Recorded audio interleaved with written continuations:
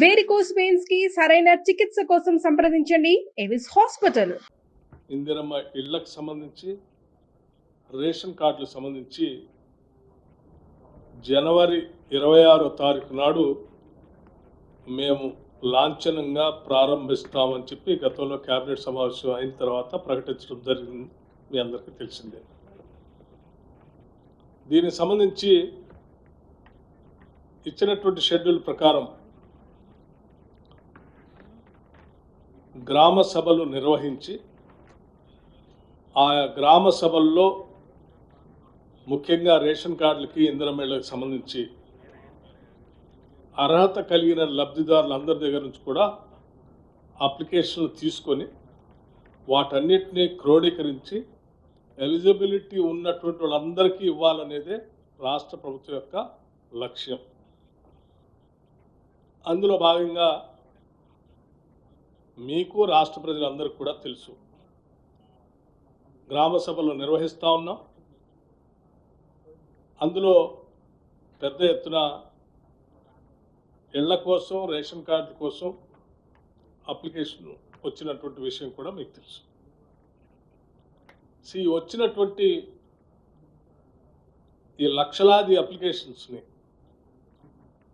క్రోడీకరించి వాటన్నిటినీ పూర్తి చేసే క్రమంలో రాష్ట్ర ప్రభుత్వం ముందుకు పోతా ఉంది.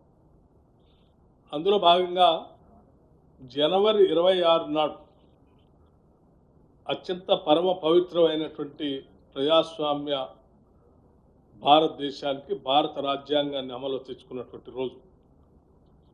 అటువంటి పవిత్రమైనటువంటి రోజు రాష్ట్ర ప్రజలకి అంకితమై వారి అభివృద్ధి కోసం రాష్ట్ర ప్రభుత్వం తీసుకున్నటువంటి ఈ కార్యక్రమాలను అమలు చేయాలని, లాంఛనంగా ప్రారంభించాలని గతంలో కేబినెట్ నిర్ణయం చేసి దాన్ని ప్రారంభించడం కోసం రేపు రాష్ట్ర వ్యాప్తంగా చెప్పిన మాట ప్రకారం, ఇచ్చిన వాగ్దానం ప్రకారం రాష్ట్ర వ్యాప్తంగా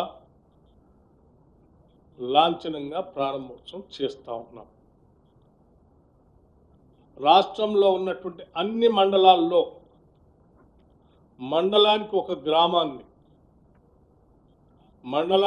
గ్రామాన్ని యూనిట్గా తీసుకొని ఆ గ్రామంలో పూర్తిగా శాచురేషన్ పద్ధతిలో ఈ 4 పథకాలని రేపు పూర్తి చేయబోతా ఉన్నాం. ఈ చేసే కార్యక్రమం రేపు మొదలుపెట్టి వచ్చినటువంటి అప్లికేషన్లు అన్నింటినీ కూడా క్రోడీకరించి ఎలిజిబిలిటీ ఉన్నటువంటి వాళ్ళ అప్లికేషన్స్ అన్నీ కూడా ఎంట్రీ చేసుకొని, ఎంట్రీ అయిన తర్వాత ఎలిజిబిలిటీ వాళ్ళ క్రైటీరియా అంతా కూడా చూసుకొని అర్హత కలిగిన ప్రతి చివరి వ్యక్తి వరకు ఇవ్వాలనేటువంటి ఆలోచనతోనే మేము ఈ కార్యక్రమాన్ని రేపు మొదలుపెట్టి కంటిన్యూస్గా చేసుకుంటూ పోబోతా ఉన్నాం. ఈ ప్రక్రియ మొత్తం మార్చి కల్లా పూర్తి చేయబోతా ఉన్నాం. ఈ ప్రక్రియ ఇందులో చాలామంది గ్రామ సభల్లో మా పేర్లు మిస్ అయినాయి, మా పేర్లు రాలేదు అని కొత్తగా అప్లికేషన్ పెట్టుకున్నటువంటి వాళ్ళ సంఖ్య లక్షల్లో ఉండటం వల్ల కొంత ఆ ప్రక్రియని సంపూర్ణంగా పూర్తి చేయడం కోసం మార్చి వరకు తీసుకుంటున్నాం. రాష్ట్ర ప్రజలందరికీ చెప్పేది ఏంటంటే, ఈ ప్రక్రియలో ఏ ఒక్కళ్ళు కూడా మిగిలిపోరు.